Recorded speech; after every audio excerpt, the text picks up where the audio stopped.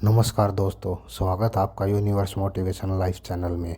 आज हम बात करेंगे सांसों के बारे में। सांसों का ध्यान में तो प्रवेश करने में बहुत ही इम्पोर्टेंट स्थान है, लेकिन हम आज आपको बताएंगे कि सांसों का प्रयोग करके कैसे आप अपनी बीमारी को भी ठीक कर सकते हैं। पुरानी से बड़ी बीमारी को भी हम अपने सांसों के द्वारा नियंत्रण में रख सकते हैं। सांसों के द्वारा अपने मन को शांत करने के बारे में आपने सुना होगा, लेकिन आप क्या सोच सकते हैं कि सांसों का एक ऐसा ध्यान है जो आपकी सारी शरीर की बीमारियों को ठीक कर सकता है। आपने कपालभाति अलोंग विलोंग के बारे में सुना होगा। क्या आपको पता है अलोंग विलोंग और कपालभाति होते क्या हैं? अलोंग विलोंग करके हम अपने शरीर का शुद्धिकरण करते हैं सांसों के द्वारा। कुछ पलों का तूफान पूरे जंगल को हिला सकता है,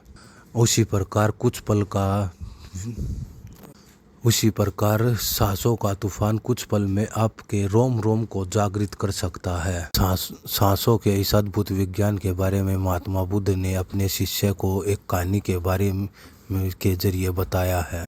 महात्मा बुद्ध के प्रिय शिष्य आनंद ने एक बार महात्मा बुद्ध से सवाल किया कि आप हमेशा कहते हैं कि सांसों पर ध्यान लगाओ, लेकिन हम ध्यान तो किसी भी चीज़ पर कर सकते हैं, जैसे कि चलने पर या फिर कोई काम करने पर, लेकिन सांसों पर ध्यान लगाना क्यों इतना महत्वपूर्ण होता है?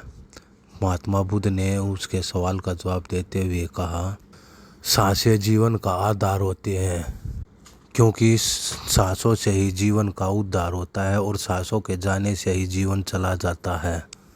आनंद, अगर हमें जीवन को समझना है तो हमें अपनी सांसों को समझना होगा, क्योंकि सांसें हमारे मन और जीवन के बीच में एक पुल की तरह होती है। अगर तुम इस पुल पर चलना सीख सकते हो तो तुम अपने मन के द्वारा अपने शरीर के अंदर ध्यान कर सकते हो। महात्मा बुद्ध ने कहा कि तुम ध्यान किसी भी चीज़ का लगा सकते हो, खाने का, चलने का, सोने का, लेकिन सांसें हमारी हर अवस्था में साथ रहती है। इसीलिए सांसों पर ध्यान लगाना मैं ज़्यादा महत्वपूर्ण मानता हूँ। और जब हम सोते हैं तो तब भी हमारी सांसें चलती होती हैं, तो सबसे आसान तरीका सांसों का होता है ध्यान में लगाने का। इसको तुम कभी भी किसी टाइम भी कर सकते हो, और सांसों के द्वारा अपने मन को समझना बहुत ही आसान और सरल है। क्योंकि हम जब दुखी होते हैं, परेशान होते हैं, तो हमारी सांसें कुछ अलग तरीके से चलती हैं, लेकिन हम जब शांत होते हैं, खुश होते हैं, प्रसन्न होते हैं, तो हमारी सांसें कुछ अलग तरीके से चलती हैं। लेकिन हम जब गुस्से में होते हैं, डर में होते हैं, तब हमारी सांसें किसी और प्रकार से कार्य करती हैं। इसीलिए हमें अपनी मन की भावनाओं को समझने के लिए हमें अपनी सांसों का ध्यान करना होगा। जिस प्रकार हमारे शरीर में सांसें चलेगी, उसी प्रकार हमारे मन में भावना प्राप्त होगी।